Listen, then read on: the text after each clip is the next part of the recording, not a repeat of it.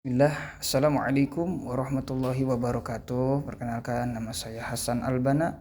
Di sini saya akan membuat sebuah video media pembelajaran tentang taharah. Nah, pengertian bersuci. Tahukah kamu bersuci dalam bahasa Arabnya disebut dengan taharah? Istilah taharah dari segi bahasa berarti membersihkan diri, pakaian, tempat, dan benda-benda lain dari najis dan hadas dengan tata cara yang ditentukan oleh syariat Islam. Bersuci menempati kedudukan yang penting dalam ibadah. Setiap orang yang akan mengerjakan salat tawaf diwajibkan terlebih dahulu melaksanakan taharah seperti berwudu, tayamum, dan mandi wajib. Lalu perbedaan bersuci dan membersihkan. Bisakah kita membedakan dua istilah berikut? Nah, jadi bersuci dan membersihkan itu beda ya. Kalau membersihkan itu hanya membersihkan diri saja, lalu tidak dapat digunakan untuk sholat. Walaupun kita sudah bersih tapi kita tidak bisa sholat karena belum suci. Ya, dilihat dari sifat dan pembagian bersuci dapat dibedakan menjadi dua bagian, yaitu yang pertama ada bersuci lahiriah, yaitu meliputi kegiatan bersuci dari najis dan hadas. Contohnya membersihkan badan, tempat tinggal, dan lingkungan dari segala bentuk kotoran atau najis. Bersuci lahiriah ada dua, yaitu bersuci dari najis adalah berusaha untuk membersihkan segala bentuk kotoran yang melekat pada badan yang ditempati. Kemudian bersuci dari hadas ini menghilangkan atau membersihkan hadas dengan cara berwudu dan mandi. Cara mencucikannya disesuaikan dengan hadas dan syariat. Lalu ada bersuci batiniah. Bersuci batiniah ini membersihkan jiwa dari kotoran batin berupa dosa dan perbuatan maksiat seperti syirik, takabur, hasud, dendam, nifak, dan riya. Cara membersihkannya sifat ini bila tercela ini adalah dengan bertaubat kepada Allah Subhanahu wa taala dan berjanji tidak mengulangi perbuatan tersebut secara benar-benar gitu, taubatan nasuha, agar dosa-dosa kita diampuni oleh Allah Subhanahu wa taala. Nah, kesimpulannya adalah bersuci sudah pasti menyertakan perbuatan membersihkan diri, tetapi membersihkan diri belum tentu termasuk bagian dari bersuci. Jadi walaupun kita sudah beristighfar, kita belum mandi hadas, belum bersuci. Nah, sebelum kita melaksanakan berwudu, mandi hadas, kita sebelumnya terlebih dahulu wajib mengetahui kedudukan air dalam bersuci. Nah, yang pertama, air sebagai alat bersuci. Tahukah kita terbagi menjadi beberapa bagian air untuk bersuci. Alat yang paling utama untuk bersuci adalah air. Namun, tidak semua air dapat digunakan dalam bersuci. Untuk mengetahui air yang suci dapat ditinjau dari pembagian dan ditinjau dari segi hukum penggunaannya. Nah, jadi nggak semua air bisa digunakan untuk bersuci. Yang kedua, air dilihat dari pembagiannya. Secara garis besar, alat yang dapat digunakan untuk taharah adalah ada dua macam, yaitu air dan benda-benda selain air. Benda padat, air merupakan alat taharah yang paling utama. Meskipun demikian, tidak semua air dapat kita gunakan untuk taharah karena terdapat berbagai aspek atau unsur yang tercampur dalam air sehingga air tersebut tidak dapat digunakan untuk taharah. Semisal air yang terkena najis atau terjatuhi bangkai seperti bangkai, kotoran hewan, dan lain-lain sebagainya.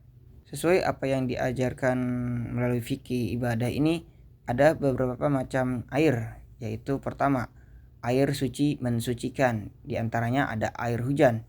Air hujan ini adalah air yang berasal dari uap air laut kemudian membentuk awan dan pada ketinggian tertentu akan membentuk kristal es lalu berubah menjadi butiran air dan jatuh ke bumi. Nah, air hujan ini adalah air mutlak ya, yaitu air yang bisa kita gunakan untuk bersuci seperti berwudu, mandi hadas, dan lain-lain sebagainya. Karena air ini merupakan air mutlak, dan bisa kita gunakan untuk bersuci. Kemudian ada air dari mata air. Air dari mata air ini adalah air tanah yang keluar dengan sendirinya ke permukaan tanah yang tidak terpengaruh oleh musim. Contohnya air mata air sungai ya yang ada di sekitaran kita, kecuali air-air sungai yang ada di Jakarta atau air-air sungai yang kotor, itu perlu kita pikirkan kembali. Kemudian air laut. Air laut adalah air yang berada di samudera. Air laut dapat digunakan untuk bersuci berdasarkan hadis dari Abu Hurairah radhiyallahu an. Ia berkata, seorang laki-laki bertanya kepada Rasulullah, "Wahai Rasulullah, kami berlayar mengarungi lautan dan hanya membawa sedikit air. Jika kami menggunakannya untuk berwudu, kami mengalami dahaga atau kehausan. Bolehkah kami berwudu dengan air?" Jawab Rasulullah SAW, "Air laut suci dan bangkai yang terdapat di dalamnya halal, dapat dimakan." Hadis riwayat Bukhari, Muslim, Abu Dawud, Tirmizi, dan An-Nasai. Hadis ini sahih dan dapat kita gunakan sebagai. Kemudian air sungai. Air sungai adalah air yang mengalir di sepanjang sungai secara terus-menerus. Contoh air aliran sungai ini Sungai Solo, Berantas, Citarum, dan masih banyak lainnya, atau dari air-air pegunungan. Kemudian air sumur. Air sumur adalah air yang terdapat dari lubang atau galian dengan kedalaman tertentu yang dapat kita gunakan untuk mandi dan sebagainya, ada di rumah-rumah kita ya. Kemudian air salju. Air salju ini adalah air yang berasal dari butiran uap. Air berwarna putih yang membeku di udara dan jatuh ke bumi akibat terbentur udara di daerah berada di bawah titik beku dan lain. Kemudian ada air embun. Air embun adalah air yang berasal dari uap yang menjadi titik-titik air. Contoh butiran air yang terdapat di dalam dedaunan. Jika kita kumpulkan atau banyak, bisa gunakan untuk air. Nama air di atas yaitu air mutlak, air suci dan mensucikan diri, tahir mutahhir. Air ini masih murni dan belum tercampur oleh sesuatu apapun dari najis. Jenis air inilah yang dapat kita gunakan untuk bersuci. Air-air yang dapat di atas kita gunakan untuk bersuci selama bau rasanya ataupun warnanya belum berubah. Jadi ketika air itu sudah tercampur oleh najis seperti bangkai, kotoran hewan, atau air yang sudah kita gunakan untuk berwudu, yaitu air mustakmal, itu tidak bisa kita gunakan untuk berwudu. Lalu ada air suci tapi tidak mensucikan. Kalau tadi air suci dan mensucikan, ini tidak. Air suci yang tidak mensucikan, air tahir ghairu mutahhir, yaitu air suci tetapi tidak dapat kita gunakan ya, karena air ini air minum yang halal dan diminum, tetapi tidak sah jika kita gunakan untuk bersuci. Air ini sekalipun suci tetapi tidak dapat dipergunakan untuk menghilangkan hadas. Termasuk dalam kategori air ini air suci yang tercampur benda-benda suci lainnya. Hal ini namanya air secara tidak mutlak. Air mutanajis. Air mutanajis yaitu air yang terkena najis. Air ini tidak halal untuk diminum, tidak sah apabila digunakan untuk bersuci. Air semacam ini tidak dapat kita pergunakan untuk taharah, baik untuk menghilangkan najis maupun hadas. Seperti contohnya adalah air yang tercampur alkohol.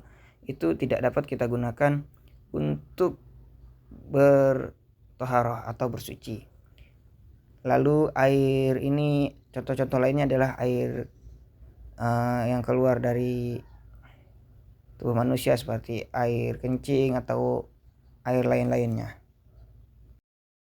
Berikutnya air mustakmal, yaitu air yang sedikit ukurannya atau kurang dari 2 kulah dan bekas pakai, telah digunakan untuk bersuci walaupun tidak berubah warnanya. Air ini sudah tidak bisa digunakan lagi untuk bersuci karena dikhawatirkan sudah terkena kotoran atau najis yang dapat mengganggu kesehatan diri kita. Kemudian air musyammas. Air musyammas yaitu air yang makruh dipakai bersuci. Air termasuk jenis air ini air yang dijemur atau terkena panas matahari dan disimpan dalam bejana atau penampung lainnya, atau penampungan wadah yang bisa berkarat selain dari emas dan perak, misalnya dari aluminium atau besi. Air yang sudah bau besi itu kan ada tuh air besi, jadi kita tidak bisa kita gunakan untuk taharah ya. karena makruh hukumnya ketika kita gunakan. Nah, selain air ada benda-benda yang bisa kita gunakan untuk bersuci. Benda-benda selain air yang dapat digunakan untuk bersuci adalah benda yang mampu menyerap air. Contohnya adalah kayu, batu, tisu kering, tanah, pecahan genting, atau benda-benda lainnya. Semua benda tersebut harus dalam keadaan bersih. Jadi kalau benda-benda ini sudah terkena najis, sudah tidak dapat kita gunakan untuk bersuci lagi karena sudah tidak bisa menyerap kotoran kita lagi, kecuali sudah dibersihkan dan kita bisa gunakan kembali. Nah, dari alat-alat tersebut ada beberapa syarat-syarat dan ketentuannya. Contohnya yang seperti menggunakan 3 batu. Jika tidak menemukan 3 batu, diperbolehkan menggunakan 1 batu saja dengan 3 sisi. Misalkan ada sisi depan, belakang, atau sampingnya kita gunakan secara bergantian. Menggunakan 1 ukur penggunaan 3 yang hal tersebut karena selama kotoran masih menempel wajib membersihkannya kembali meskipun telah 4 batu digunakan. Jadi kalau tubuh kita atau bagian tubuh kita masih terdapat kotoran, tidak bisa, masih harus terus kita gunakan untuk menggunakan batu walaupun sudah 10 batu tapi tidak hilang juga, maka kita harus terus membersihkannya sampai benar-benar bersih. Kemudian batu yang dapat digunakan untuk membersihkan yaitu batu yang dipakai tidak terlalu besar dan runcing sehingga benar-benar dapat mensucikan kotoran. Jika memang ini perlu diperhatikan juga ya, karena batu kalau atau runcing atau kasar bisa rusak organ kita. Kemudian belum mengering. Nah, kotoran yang terdapat dalam tubuh kita bisa bersihkan dengan batu ketika kotoran tersebut belum kering, jadi masih basah atau masih ada kelihatannya. Jika sudah tidak kelihatan, sudah tidak basah lagi atau sudah kering, maka kita wajib menggunakan air. Kemudian belum berpindah, kotoran ini masih menempel di tempatnya semula. Jika telah bergeser sedikit akibat digaruk atau tanpa sengaja, misalkan kita habis buang hajat, kita gerak-gerak sana gerak sini, kotorannya pindah, maka tidak bisa digunakan untuk menggunakan batu. Lalu tidak bercampur, kotoran yang melekat tidak tercampur dengan kotoran lainnya seperti buang air besar, tidak terkena percikan air kecil atau air kencing ya.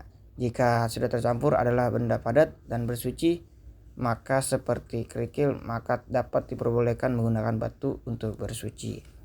Nah, itu ya ketentuan-ketentuannya. Itu ketentuan batu yang dapat kita gunakan untuk bersuci. Kemudian berikutnya adalah tidak meluber. Orang yang terkena diare biasanya sisa kotorannya ini sampai menempel di permukaan pantat atau menempel di 2 dinding dubur. Akibat berdiri setelah buang air besar, kotoran sudah masuk kategori meluber sehingga tidak dapat diperbolehkan menggunakan batu untuk bersuci. Begitu pula buang air kecil yang meluber sehingga keluar ujung kemaluan juga tidak boleh lagi menggunakan batu ya. Kemudian berikutnya di sini kita perlu sangat waspada atau hati-hati ya. Tidak dalam keadaan basah. Batu yang terkena air embun atau air es yang mencair ketika hendak digunakan meskipun air yang membasahinya merupakan air suci dan mensucikan, tidak boleh kita gunakan untuk bersuci karena bisa jadi karena sudah basah dia malah membawa kotoran kita ke tempat-tempat bersih yang lainnya. Kemudian tidak dalam keadaan basah. Tidak boleh batu yang terkena najis atau tertempel najis digunakan untuk bersuci atau mensucikan. Penggunaan batu najis akan membuat anggota tubuh yang tertempel buang air kecil maupun buang air besar makin najis dalam keadaannya. Nah, perlu kita perhatikan ini semua karena dalam bersuci atau toharoh sangat diperhatikan kondisinya untuk sholat. Karena apabila tubuh kita terkena najis atau kotoran, maka kita tidak diperbolehkan untuk beribadah atau tidak boleh sholat karena najis. Dan sholat kita apabila kita terpaksa kita melaksanakannya ada ketentuan-ketentuan lainnya. Mungkin itu pemaparan atau penjelasan tentang taharah yang insya Allah video pembelajaran ini dapat kita gunakan untuk beribadah kepada Allah Subhanahu wa Ta'ala dan dapat kita gunakan untuk kehidupan kita sehari-hari. Sekian, wassalamualaikum warahmatullahi wabarakatuh.